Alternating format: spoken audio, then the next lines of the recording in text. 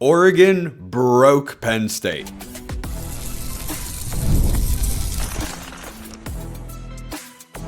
You are Locked On Ducks, your daily podcast on the Oregon Ducks. Part of the Locked On Podcast Network, your team every day. Yes, it is that time once again for Locked On Ducks. I'm your host, Spencer McLaughlin, and thank you all so much for making this your first listen or your first view of the day. It's part of the Locked On Podcast Network, your team every day, your number one source to stay up to date with the Ducks. How can the offense take another step forward? Yes, they can. There is always improvement that can be made, and even more fallout from the Penn State game on today's show, which is brought to you by our friends at FanDuel. Right now, new customers can bet just $5, and if your bet wins, you'll get $300 in bonus bets to use across the app. Download the FanDuel app today. I cannot believe not just that Penn State was defeated in an upset, but that it was to that UCLA team. You know, it's one thing if they lost to like a Maryland, a Michigan State, an Iowa.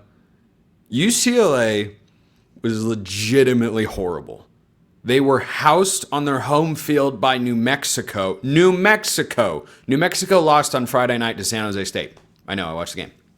And yet, with an interim staff and an OC that just got there and had never called plays before and had 2 days to prep, they went out and hung 42 on that Penn State defense, which comes back to one fundamental principle. They weren't ready to play. Because everything that I talked about going into the Penn State game was absolutely true. That everything favored the Nittany Lions. It's one of many reasons, there were many reasons I listed, that all accumulated in Penn State actually being favored in a big game. Usually they've been the underdog in all of those spots. I do not think less of Oregon because Penn State was upset by UCLA. I think about how in their own heads, Penn State as a team was on Saturday. That's what I saw. Yeah, they lost a linebacker, Rojas, good player. That stinks. That's not why they gave up 42 points to UCLA and Nico Iamaleava and a brand new offensive coordinator. That's not why. The only reason when you have that much more talent than the other team that you allow them to outplay you for 4 quarters, on the road or not. Yep, long travel is tough. No doubt, long travel is tough. Penn State, yeah, one of the many things that Penn State has had as an advantage in that game. And whether they want to admit it or not, they clearly knew, heard, internalized all of that stuff, and to come up in such heartbreaking fashion clearly broke them psychologically. Can they be fixed? We're going to find out. I don't know that anything in sports is ever totally beyond repair. You know, when Rory McIlroy shot a Sunday 80 at the Masters in, I think it was 2011, you would have said for a number of years, he's broken. He'll never. Oh, he's not going to break. He's not going to break through. Up. Look at that. It took a long time, and you got to get over that mental hurdle. But that doesn't mean it can't happen. I'm just going to throw that out there as one particular and recent example that I also very much enjoyed watching because I really like Rory. But for Penn State to lose that game to UCLA, James Franklin even admitted, this is not even just me being a hot take artist or trying to get Penn State fans enraged. Nope, James Franklin came out and admitted it. I respect him for doing so, saying, yeah, we didn't respond to that Oregon loss the way that we should have, which falls squarely on the head coach. They do not lose that game if Oregon loses to Penn State because you have a different level of focus. You're not mentally defeated. But you know what? Dan Lanning can do that to you. So one recurring theme that was in a lot of messages I got was, wait, is Oregon not actually that? No. That's not what happened here whatsoever. Last year, Michigan broke Ohio State to an extent. They then went on a really good run. Sometimes in college sports, crazy things happen. That's one of the craziest things that has happened in the sport in the last several years. And it happened because Oregon should not, on paper, have won that game. And yet, they did. So I actually feel even better about Oregon's win at Penn State, I don't feel worse. So, wanted to start with that. Bunch of mailbag questions to get to on the show today. And speaking of Penn State, Nick says, prediction looking for an SSA rating. That is Spencer's scale of agreement, of course. Penn State has Indiana and Nebraska at home, travels to Ohio State and Iowa. Texas has Red River, Vandy, and Texas A&M at home. Vandy is not a bad team, by the way. Vandy's a good team. And travels to Georgia. Both teams lose at least twice and finish unranked. We end the year with preseason number 1, 2, and 4, Clemson unranked. Sweet. With an exclamation point. the excitement of, yeah, 1, 2, and 4 unranked. Woohoo! Well, Penn State's already lost multiple times. They are unranked in my top 25 over at Locked On College Football, as is Texas, by the way. I don't anticipate either of them. I'd trust Penn State more than Texas to figure it out. Not that I have a lot of faith in Drew Aller at the moment. I don't. But Arch Manning, yikes. I mean, it is major, major yikes territory. And to bring this back to Oregon for a moment, goes to show you that the way Dante Moore is playing, even after sitting for a while, Arch Manning sat for 2 years in the same system. Same class as Dante Moore. One of them is a significantly better player than the other. It's not as easy as Oregon's making it look. It is very impressive, in fact, because Sarkisian is a good offensive coach and has a good track record with quarterbacks, and it is ugly. Anyway, bringing this back. Ohio State loses multiple times. I don't know if I can get there. I thought they would lose to Texas week 1, but their defense carried them. You know, their offense is starting to get there. Julian Sain is starting to get a lot more comfortable. So I'm going to give that one a 3. Everything else pretty feasible. I just don't. I don't see. Oh, I suppose it was. Well, wait. Hold on. I misinterpreted the question there for a moment. You were all probably listening to that and yelling at me through your device. I get it. I understand it. Because the 3 preseason teams all finishing unranked would be Texas, number 1, Penn State, number 2, and Clemson, number 4. Those teams finishing unranked, give me 8.5. Clemson is not going to get back into the top 25. Penn State will lose at least one more time, maybe twice. And Texas will lose at least 2 more games, maybe more. They're not a good team. So, yeah, give me an 8.5 on that one there. Here's one that came from a Locked On Ducks insider. And start preparing for this possibility if your belief is sky high about the Ducks when it comes to their postseason hopes. What are your thoughts on Oregon versus Miami in the playoffs? First of all, sign me up. Must-see television. Second of all, Miami's really good. Really good. Carson Beck is playing well. Their OC's really good. Their defensive coordinator has revolutionized that side of the ball. They are physical. They are balanced. They got playmakers. They're a good team. They're a good team. They jumped Oregon in the AP poll this week because Oregon was idle and Miami beat ranked Florida State, who's solid, but not great, but they're solid. They peaked earlier this year against Alabama. Yeah, I mean, I definitely like Oregon in that game because I think you have an advantage at head coach, and I think the roster is, at best a wash just about everywhere that you look. So if that game were played at Autzen, yeah, I don't know how I'd pick against Oregon in that spot. If it were a neutral site or at Miami, more challenging for sure. But yeah, my first reaction when I saw this question, put it in the rundown for the show today, was must-see TV. Must-see TV. That'd be a high-pressure game emotionally for a lot of Oregon fans that have dunked on Cristobal for years. Turns out he is indeed a good coach. Dan Lanning's just better. So, yeah, I would love to see that, honestly. That would be really. It would be really, really fun to watch. It would not be an easy game for Oregon to win. Miami is good. So, drop your thoughts in the comments below. Hit me up on Twitter. All of that good stuff. More questions and perhaps the most prepared for Spencer scale of agreement take that I've ever done, but I had some free time over the weekend, or downtime, I should say, not free time, downtime. Is this the best true freshman class ever?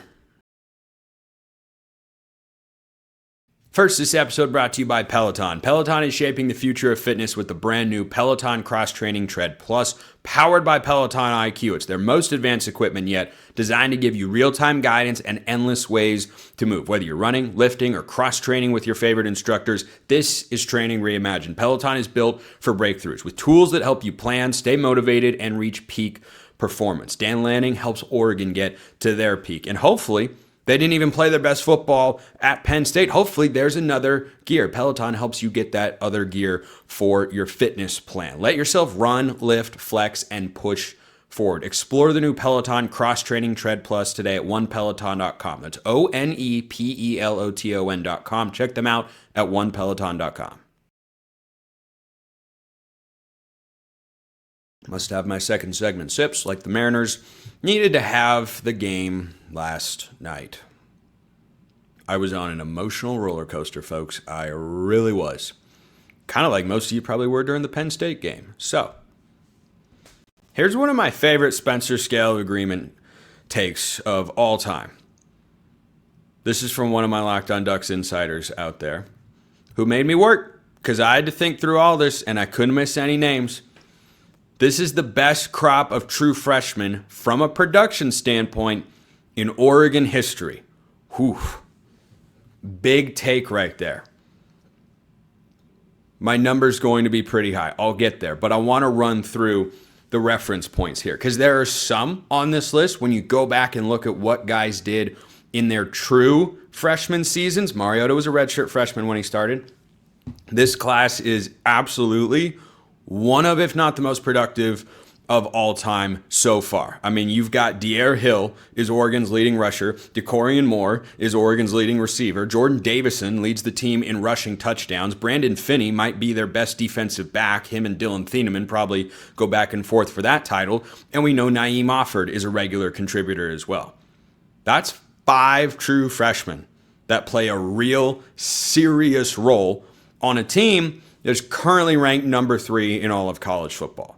So you go back and the classes that can really kind of put their names into the hat, so to speak, that popped up are all a lot more recent. Because back in the day, a more traditional approach to college football and recruiting for Oregon saw you recruit, no transfer portal, retain. That was automatic, not a question as it is nowadays. Oregon does that very well, of course.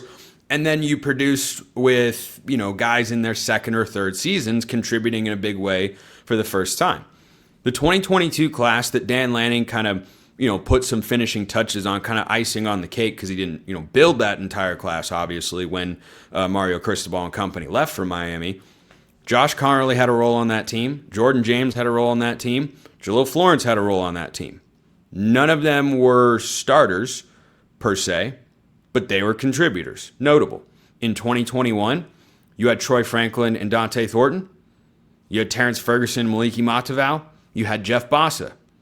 Now, you had some starters in there. Matavau and T. Ferg were 2 of your top tight ends. Jeff Bassa was, I think, still playing safety at that time, I think they moved him down to linebacker as the year went on, but he was on the field quite a bit. You go back to 2020, Dante Manning, Justin Flo, and Noah Sewell came in. Boy, you would have thought, if I'd been hosting this show at that time, I probably would have said this will be the most impactful true freshman class in Oregon history. It was not, because Justin Flo got hurt. Dante Manning played in 1 game. Noah Sewell was Oregon's best defensive player, is why I mention it.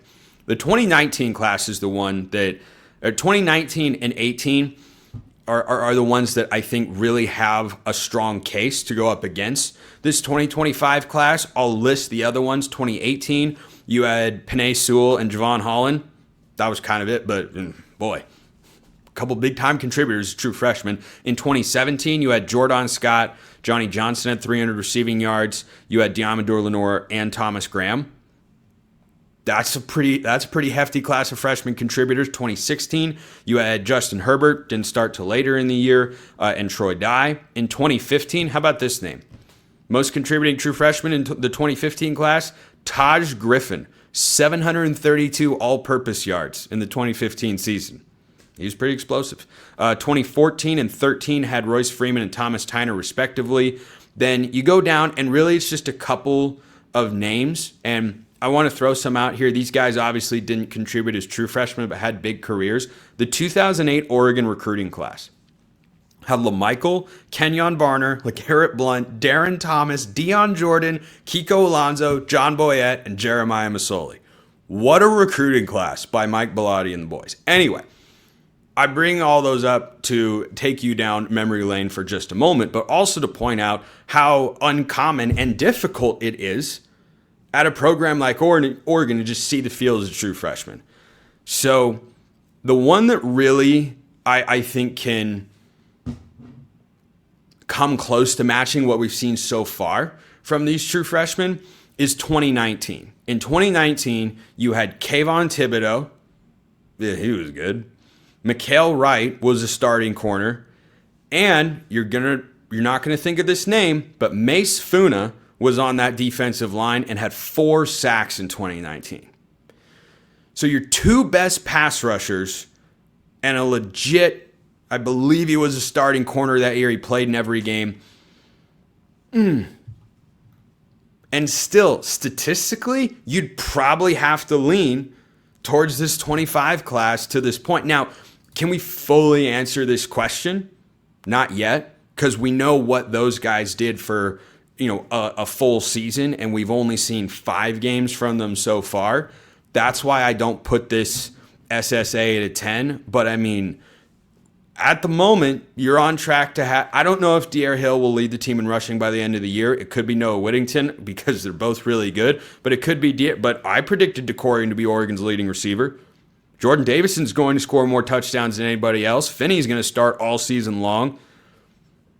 Let's wait and see. But yeah, I can't put that any lower than an 8. So we're going to put it at an 8.5. That was a good one. And that took as much work as any mailbag question I've ever been sent before. Here's another one. Here's a question I have for you. What's the next step the offense can take as we head into the Indiana game? What's the next step the defense can take as we head into the Indiana game? The coordinators clearly took notes and had growth they showed last Saturday. So what's the next evolution of each side of the ball? I think for the offense, it's pretty clearly, the one thing that you hear about Will Stein's offense a lot, not consistently pushing the ball down the field. 2 of Oregon's biggest passing plays against Penn State were on the scramble drill. 3rd down to Kenyon Sadiq, 3rd down to DeCorian Moore, big long completions that lead to points for Oregon in that game. Those were both on a scramble drill situation. So, against a defense like Indiana, who's really good on that side of the ball and provides a real serious test, can you create explosives on non-broken plays? That's not to say that, it's not sustainable to do that going forward. I mean, how many times have, Patrick Mahomes and Travis Kelce hooked up on a 3rd down because it was just a scramble drill? Like, that's a skill. That's something that you teach, something you work on in practice, and you have to have good enough playmakers to do that. Obviously, Oregon does. But I think in that Penn State game, Dante Moore played awesome.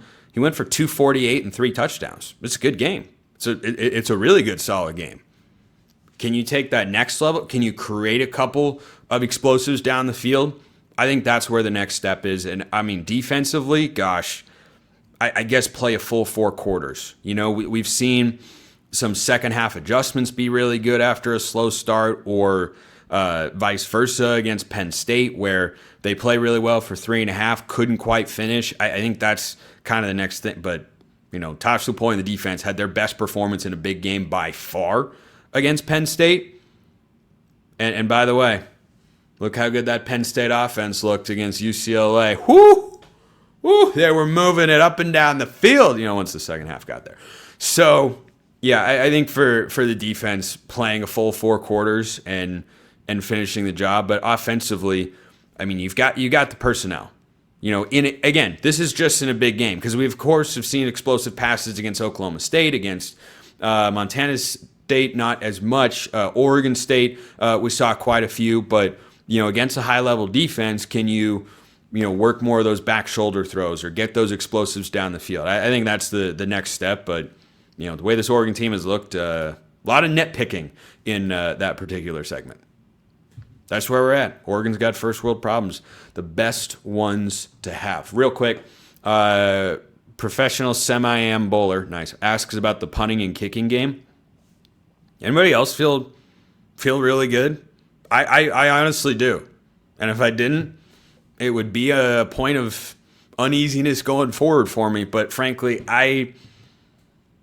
have they made any major mistakes? Like, yeah, Sappington missed a 47-yard field goal on the road, and he missed it by 2 yards to the left. And then he came back and made his next one from 42? I don't have any qualms. James Ferguson Reynolds had a fake punt. I think he's punted the ball pretty well. I don't have any worry. Joe Lorig is a good special teams coach. They need one of those in Corvallis, and they did not have one. They just fired their special teams coach for a reason. So, more on the Penn State game. How, if at all, do we shift our perception going forward of this, that, and the other thing? First, this episode brought to you by our friends at Square. Your favorite neighborhood spots run on Square. There are certain businesses that make the neighborhood, the neighborhood. And those are the best spots. They're the places that do things like give you a place to go on game day, or they've got the best wings in town, or that beloved local chain that's been rooted in your community for years. Whatever it is, they're probably running on Square. And when the neighborhood businesses are thriving, the whole neighborhood is thriving, which is what we want to do. And you've probably used Square without realizing it. I've used it many a times because I go out and buy stuff or go out to eat somewhere, and you want an easy financial transaction to get yourself on your way, stick with your routine, which I'm really big on. Square helps me and helps businesses get there. Square is a proud partner of more than 4 million neighborhood businesses around the world. You can go to square.com/go/lockedoncollege to learn more. But before you do, go support your favorite neighborhood spot. You'll be happy you did. Square, see you in the neighborhood. This episode also brought to you by our friends at FanDuel. The NFL season's here, and FanDuel has an offer you simply don't want to miss. Right now, new customers can bet just $5 and get $300 in bonus bets if you win. That's right. You pick a bet. You put down $5, and if it hits, you'll unlock $300 in bonus bets to use across the app. And Oregon is down to a 7.5-point favorite against Indiana. It was as high as 10.5 earlier. A lot of money coming in on Indiana. A lot of confidence in the Hoosiers. If you think for the game day game this week, which I'm stoked that Duck fans get to experience and is the right decision from ESPN, if you think Oregon is winning big, hey, FanDuel.com. It is out there. It is right there. You can go be confident. Or if you're not so confident in Oregon, Indiana plus 7.5. What are you waiting for? Visit FanDuel.com to download the FanDuel app today and get started. Check them out at FanDuel.com. All right, Jeremiah sends this one in. How confident are you in the linebacker play moving forward? How would you grade them from the Penn State game? Penn State ran for 139 yards, and the defensive line was really good. You cannot hold a team that is capable of running the ball as Penn State is to that few yards on their home field off a bye if your linebackers don't play well.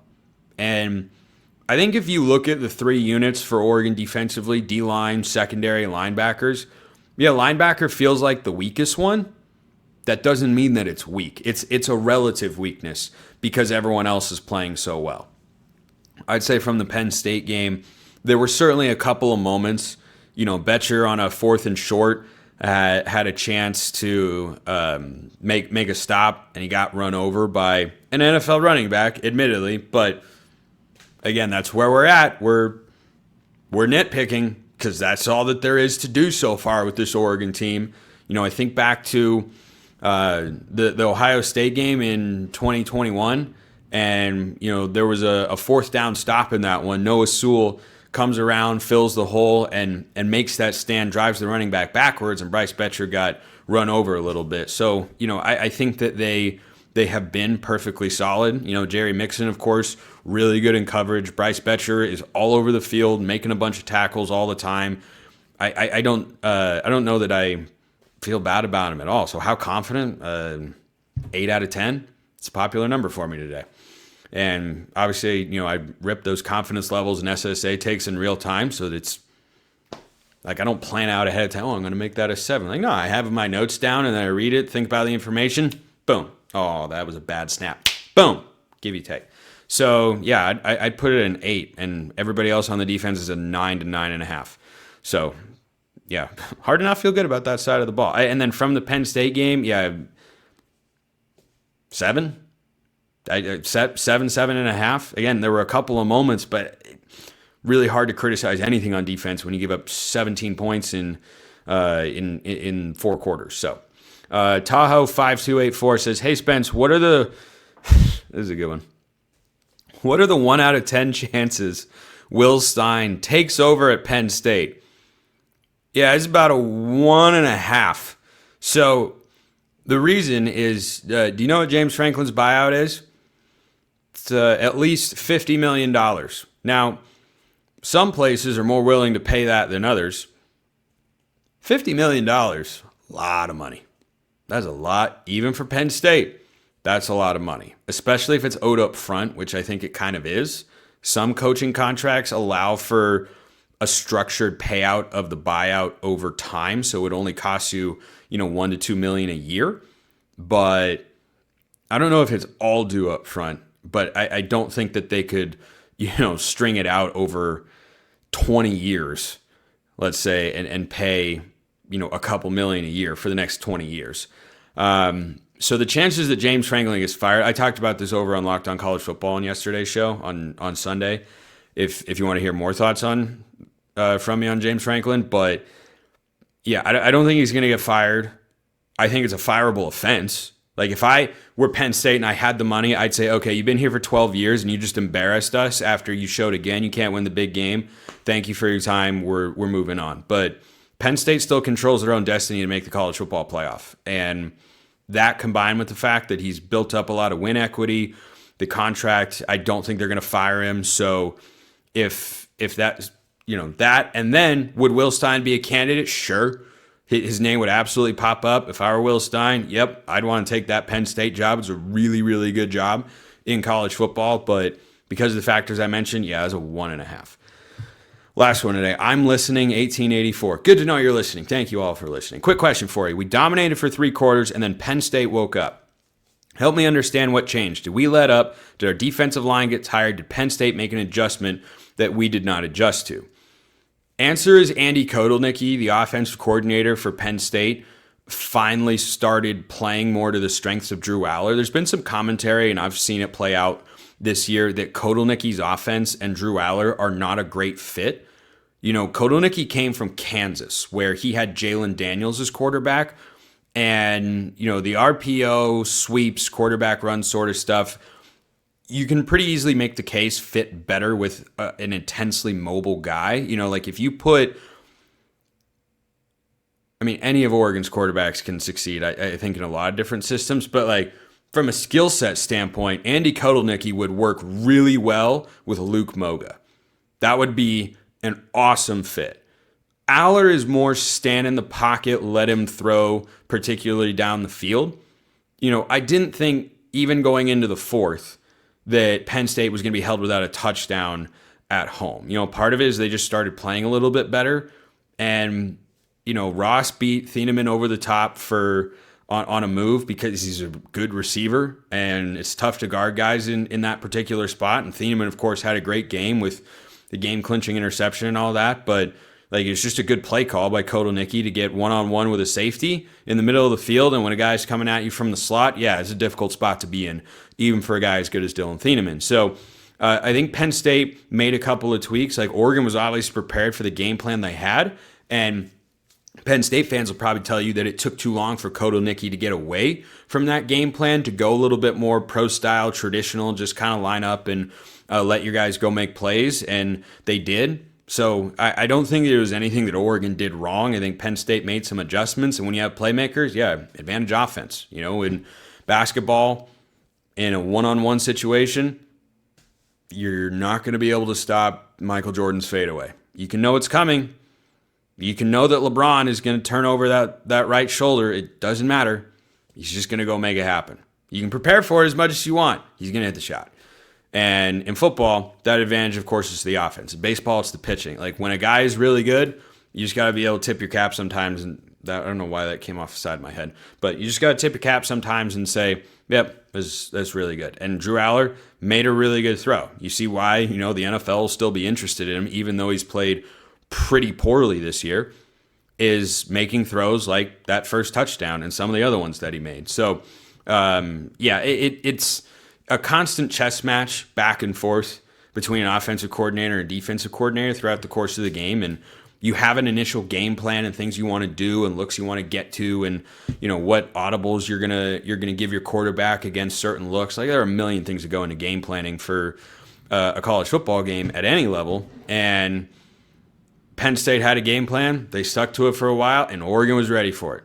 And then Penn State made a couple adjustments, and then Oregon, of course, hunkered down and made their changes. So hope that answers your question. That's how we end today's show. There will be a bonus show later this week at some point on basketball and the Jackson Shellstad news. Not what you want to see, but yeah, that season is less than a month away, and I'm excited for basketball as always, so make sure you're on the lookout for that. And crossovers with Goins, Jacob Goins of Locked On Hoosiers, so send me all the questions that you want to ask. We'll do probably 2, maybe 3 crossovers this week. So appreciate everyone listening. I'll see you next time. Until then, hope you all have a wonderful rest of your day, and go Ducks.